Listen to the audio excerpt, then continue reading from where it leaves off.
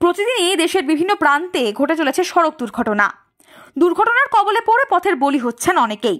রাস্তায় বেরিয়ে সামান্য অসতর্কতার কারণে আর ফেরা হয় না ঘরে প্রিয়জনদের কাছে। একটু সাবধানতা অবলম্বন করলে পথের বলি হতে হয় না কাউকেই। পথ চলতি মানুষ থেকে সাধারণ জনসাধারণের মধ্যে পথ নিরাপত্তা নিয়ে সচেতনতার বার্তা দিতে নাদনঘাট থানার উদ্যোগে সেফ ড্রাইভ সেভ লাইফ স্লোগানকে সামনে রেখে আজ একটি র্যালির আয়োজন করা হয়। পথ নিরাপত্তা নিয়ে মানুষকে সচেতন করাই ছিল আজকের প্রোগ্রামের মূল লক্ষ্য।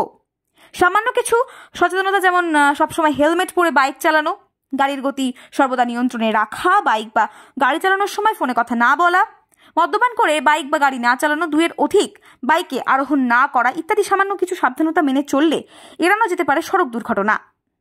ওসি ট্রাফিক মানুষ অধিকারীর নেতৃত্বে নাদনঘাট থানার পুলিশ কর্মী, সিভিক ভলেন্টিয়ার এবং পারুলডাঙ্গা নসরতপুর উচ্চ বিদ্যালয়ের ছাত্রদের নিয়ে আজকের এই সেফ ড্রাইভ সেভ লাইফ প্রোগ্রামের র্যালিটি অনুষ্ঠিত হয়।